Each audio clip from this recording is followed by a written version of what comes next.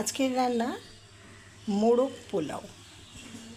এই মোরগ পোলাও করতে যেটা প্রথম করেছি সেটা হচ্ছে আমি মাংসটাকে ম্যারিনেট করে নিয়েছি। ম্যারিনেট করেছি আদা রসুন পেস্ট, টমেটো, গোলমরিচের গুঁড়ো, নুন, চিনি আর হচ্ছে বাটার, উঁচু উঁচু এক টেবিল চামচ বাটার। এই দিয়ে প্রায় আধা ঘন্টা, যতক্ষণ আপনি পারবেন, 1 ঘন্টা করলেও ভালো, এটা ম্যারিনেট করে নেওয়া। এবার আমি কড়াইতে এটা কষাবো, সেটা আমি রেডি করে আপনাদের সাথে শেয়ার করছি।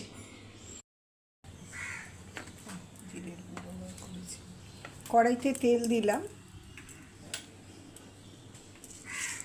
এবার যেটা করব সেটা হচ্ছে জিরে ফোড়ন দেব।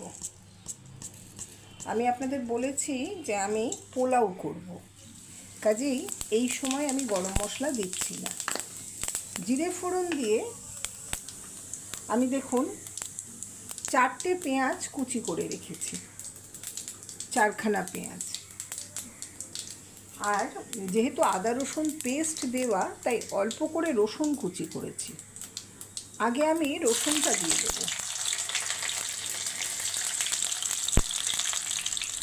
রসুনটাকে লাল হওয়া অবধি দেখে তারপর পেঁয়াজটা দেব। পেঁয়াজটা দিয়ে আর কিছু না, মাংসটা দিয়ে কষাবো।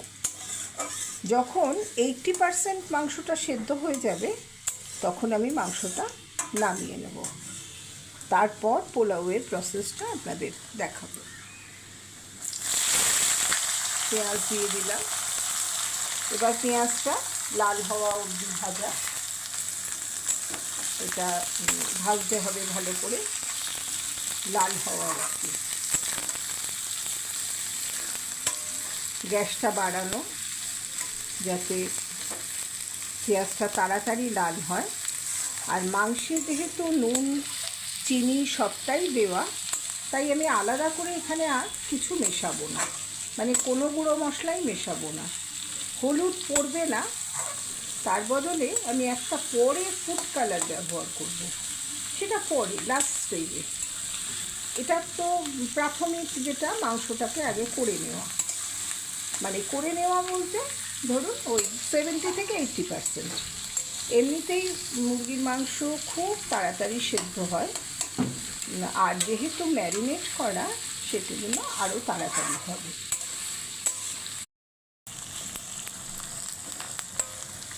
পেঁয়াজের কালার অনেকটাই পরিবর্তন হয়েছে, সাদার থেকে বাদামি এসেছে। অপেক্ষা আরেকটু লাল হওয়ার, আরেকটু লাল হলেও হয়, না হলেও হয়, তবে হলে ভালো। আমি চেষ্টা করছি যে আরেকটু লাল করে নিই।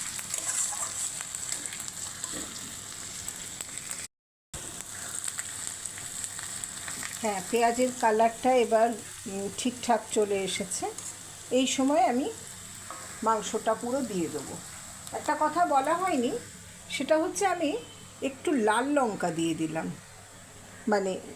লাল যেটা ঝাল লঙ্কা, সেটা আমি 1 চামচ দিয়ে দিয়েছি। গোলমরিচ দেওয়াই ছিল, লাল লঙ্কাটা অ্যাড করলাম। এবার মাংসগুলো দিয়ে দিই।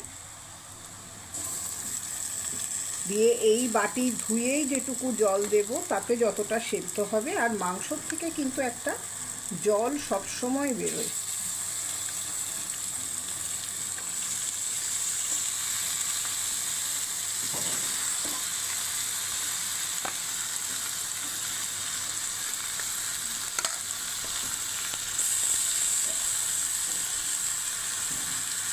মাংস এখানে 1.5 কিলোর মতো আছে। 1.5 কিলোর মতো না, 1.5 কিলোর বেশিই হবে।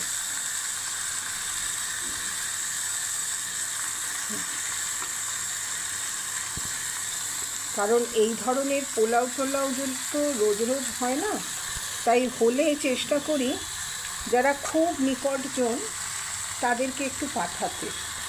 এই কারণে একটু বেশি নিই, কারণ রান্না করে যতটা সুখ, খাইয়ে বোধহয় আরও বেশি সুখ।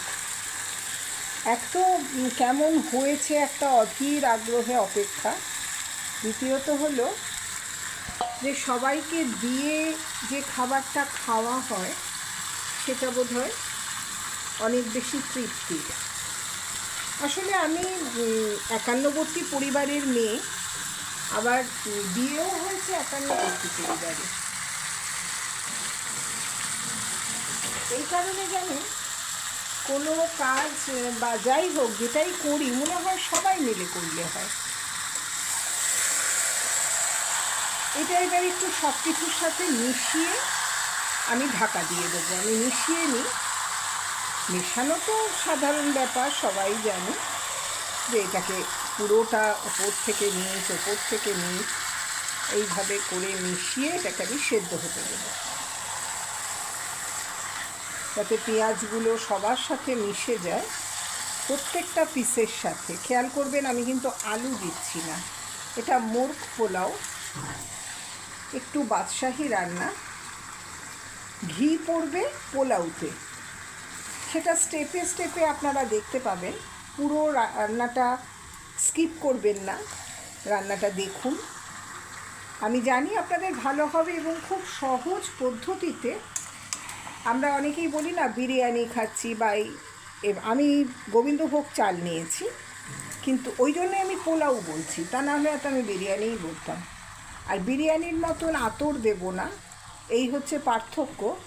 কিন্তু বাড়িতে কেউ এলে চটজলদি যদি এটা করতে পারেন, মাংস করে নিলেন আর চালটা ভিজিয়ে, আমি দেখাবো কিভাবে, তার সাথে একটা ডিম কষার মতো করে নিলে কিন্তু সুন্দর খাওয়া হয়ে যাবে।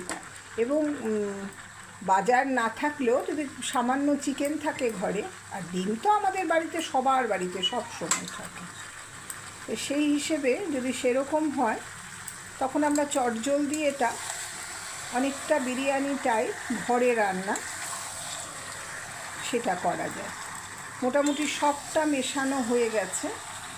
এই সময় আমি ঢেকে দিচ্ছি।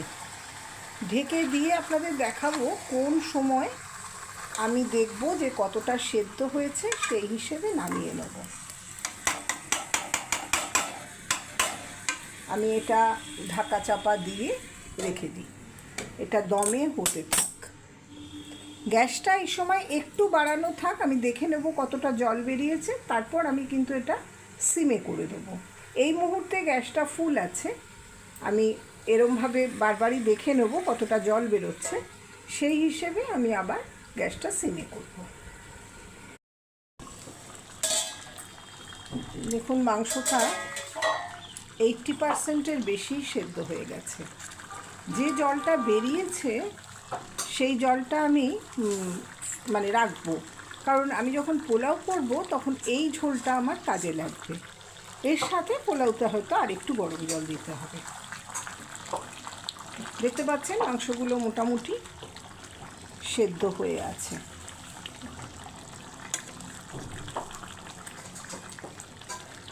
আমি একটা লেগ পিস দেখালে বুঝবেন, এই দেখুন ফুলে এসছে, তার মানে 80%-এর বেশি সেদ্ধ হয়ে গেছে।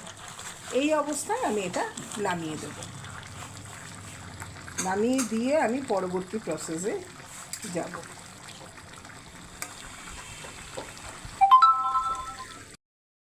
এবার আমি ওই মোরগ পোলাওয়ে আমার চিকেনটা ঢেলে রেখেছি, দেখিয়েছি আপনাদের। এখন আমি পোলাওটা স্টার্ট করব। আমি একটু বড় গামলা নিয়েছি যাতে ভালো করে নাড়া যায়, কারণ এগুলো নাড়া ভালো করে না গেলে অসুবিধে হবে। আচ্ছা, এর সাথে আমি এই তেলের সাথে বেশ খানিকটা ঘি দেব। আমি দেখাচ্ছি আপনাদের, এই 1 চামচ, 1.5 চামচ,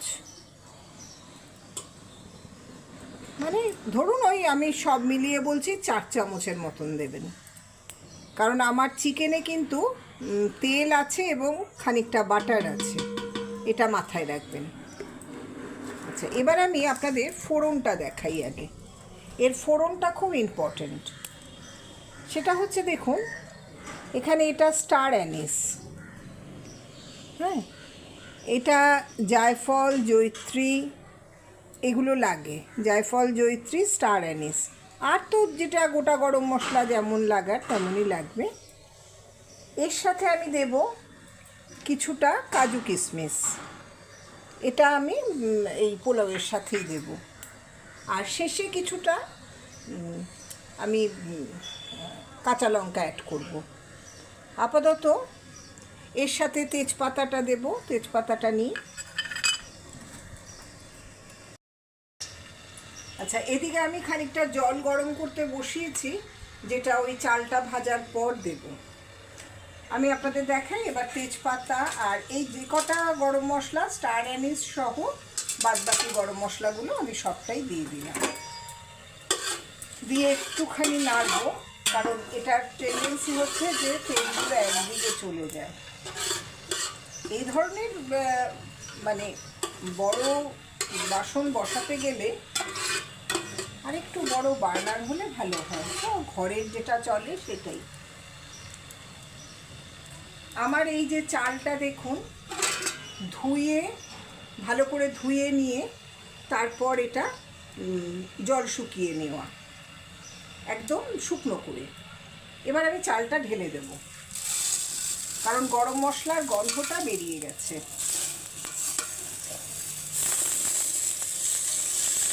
আমি পুরো চালটা ঢেলে দিলাম। এই যে যতটা চাল দিয়েছি ঠিক তার ডবলটা জল দেওয়ার কথা, কিন্তু আমি একটু জল কম নিচ্ছি। কেন? আমার চিকেনে বেশ খানিকটা জল আছে, জল বলতে ঝোল আর কি, সেটা রয়েছে। এই কারণেই আমি একটু কম জল রেখেছি। একটু বলতে ধরুন এই গামলাটার চাল ছিল তো, আর ওটা স্টিলের গামলায় আমি বসিয়েছি, তা আমি আরেকটু চাল ওর মধ্যে দিয়ে দেবো। আচ্ছা,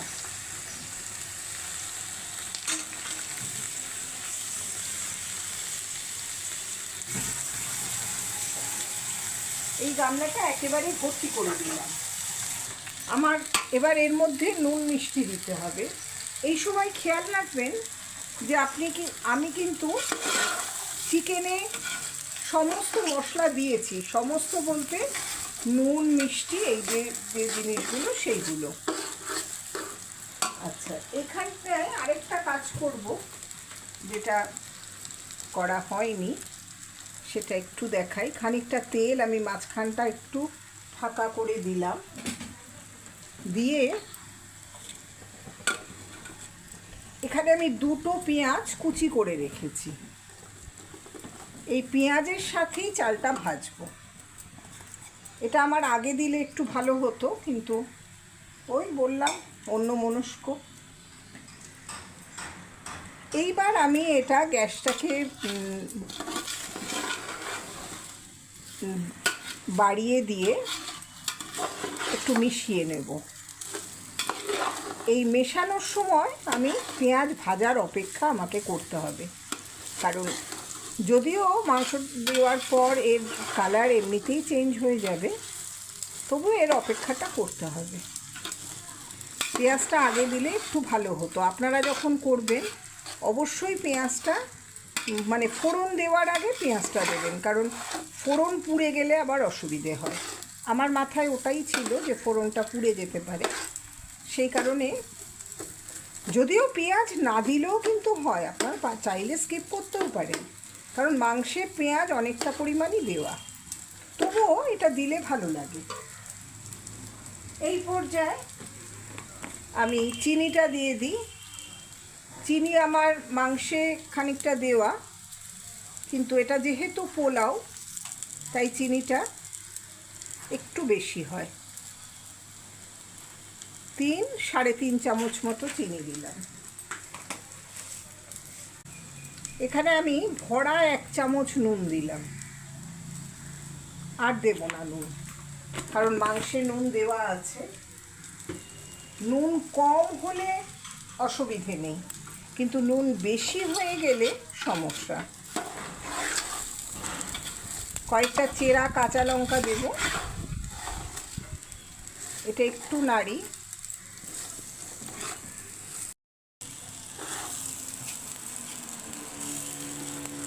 আমি এটা এখন দেখুন, আমি কিছুটা কাঁচা লঙ্কা 3-4টের মধ্যে চিড়ে দিয়েছি।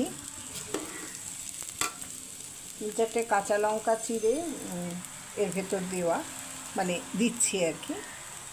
খেয়াল রাখতে হবে আমার মাংসে কিন্তু গোলমরিচ এবং শুকনো লঙ্কা দুটোই দেওয়া আছে, সেই বুঝেই আমি ঝালটা দেব। এমনিতে পোলাও খুব একটা ঝাল হয় না, আর যদিও এটা মোরগ পোলাও, ওই কারণে এটা একটু ঝাল হবে। আচ্ছা, আমি কিছুটা কাজু কিশমিশ যেটা আপনাদের দেখিয়েছিলাম সেটাও এর মধ্যে দিয়ে দিলাম। আর আমার কাছে একটু বিরিয়ানি মশলা আছে, খুব অল্পই রয়েছে, সেই মশলাটা আমি ঢেলে দিচ্ছি, কারণ এইটুকু মশলা দিয়ে দিচ্ছি। এটা স্কিপ করতেও পারেন, আবার দিতেও পারেন, দিলে একটা আলাদা ফ্লেভার আসবে, ভালো লাগবে খেতে। আর এর মধ্যেও কিন্তু গোলমরিচ দেওয়া থাকে অনেকটা, ধরুন এক টেবিল চামচের মতন দিলাম মানে যতটুকু, এই যে আমার প্যাকেটে যতটা ছিল তার হাফ প্যাকেটের মতো। এবার এই সব সহ আমি এটাকে নাড়িয়ে নিই। এই চালটা যত ভালো ভাজা ভাজা হবে তত কি হবে বলুন তো, ঝরঝরে হবে, মানে হওয়া উচিত। আমি জানি না আজকে হবে কি না, আমি বলতে পারবো না, কারণ আমি ওই সাহসে ভর করে করি যে ঠিক আছে হবে, নিশ্চয়ই হবে। আর আমার মাংসটা 80% সেদ্ধ করা, কাজেই এই চালটা সেদ্ধ হতে হতে মাংসের বাদবাকিটাও সেদ্ধ হয়ে যাবে। আচ্ছা, এই সময় আমি গ্যাসটা একটু কমিয়ে দেবো, কমিয়ে দিয়ে মাংসটা মেশাবো। আমি গ্যাসটা একটু কমাই। দেখুন আমি মাংসটা নিয়ে এসেছি, এটা এবার মেশাবো। আর আমার গ্যাসটাও বাড়ানো আছে। এবার আমি এই ঝোল শুদ্ধই মাংসটা ঢেলে দিচ্ছি, এবং আমার যে গরম জলটা আছে আমি এই কড়াইয়ের ভেতর দিয়ে বাদবাকি ঝোলটা যাতে এর মধ্যেই থাকে, এই গামলার জলটা আমি কড়াইতেই দিয়ে দেবো, দিয়ে তারপর জলটা এর মধ্যে ঢালবো। এই সময় ভালো করে একটু মিশিয়ে নিতে হবে যাতে ওপর নিচ সব জায়গা ঠিক মতো চলে আসে।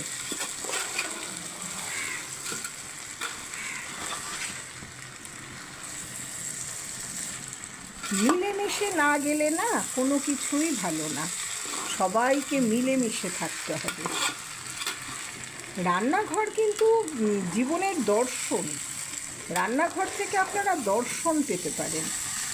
আমি যেভাবেই দেখি আমি জীবনের সাথে রান্নাঘরটাকে ভীষণভাবে তুলনা করি, মনে হয় এটা জীবনের দর্শন। আর এখানে সবচেয়ে বড় কথা যেটা, আনন্দ পাওয়া, আনন্দটা দরকার। এটা কাচিয়ে নিতে হবে বারবার করেই। দেখুন আমি এই কড়াইটা দিয়েই জলটা ঢেলে দিচ্ছি।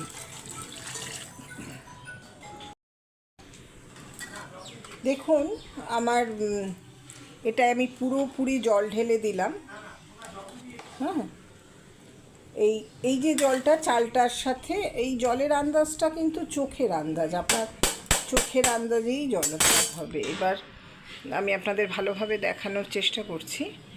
এইবার আমি কি করব, এটা ঢেকে দেব, একদম ফুল আঁচে গ্যাস বাড়ানো, সেই অবস্থায় এটা ঢেকে রাখবো অন্তত 15 মিনিট। এটা ফুটুক, জলটা টেনে যাবে, জলটা টেনে গেলে আমি আবার ফিরে আসছি।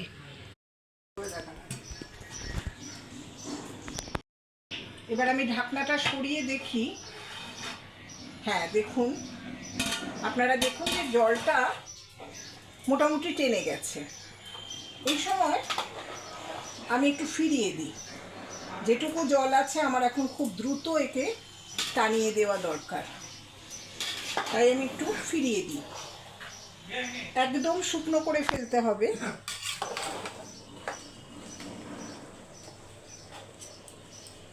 এখন যে জলটা আছে এটা আমি খোলা রেখেই টানাবো, কারণ আর ঢাকবো না, কারণ এই যে জলটুকু রয়েছে আপনারা কাছে নিলে দেখতে পাবেন যে এই যে সামান্য এখনও জল আছে, এই জলটাকে আমার খুব দ্রুত টানিয়ে দিতে হবে। তার জন্য আমি একটু ফিরিয়ে দিলাম।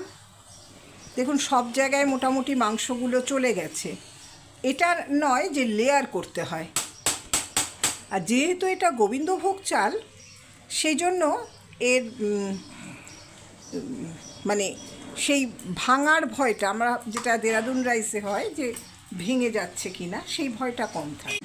এবার আরেকটু সেদ্ধ হোক আর জলটা আরেকটু টানুক, তারপর আবার দেখাচ্ছি। দেখুন আমার পোলাও একদম শুকিয়ে গেছে এবং এটা ঝরঝরেও হয়েছে, কারণ এটা একটু ঠান্ডা হলেই বোঝা যাবে এটা একদম ঝরঝরে হয়েছে। এই সময় আমি গ্যাসটা অফ করে দেব। তার আগে আমি ওপর থেকে সামান্য ঘি ছড়িয়ে দিচ্ছি, সামান্যই দেব, কারণ আমি অলরেডি মাখন দিয়েছি এবং ঘি দিয়েছি, চাল ভাজার সময় ঘি দিয়েছিলাম।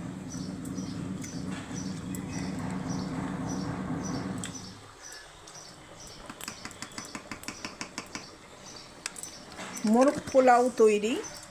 আমি থালায় বেড়ে আপনাদের আবার দেখাবো। এই সময় আমি গ্যাসটা অফ করে দিলাম।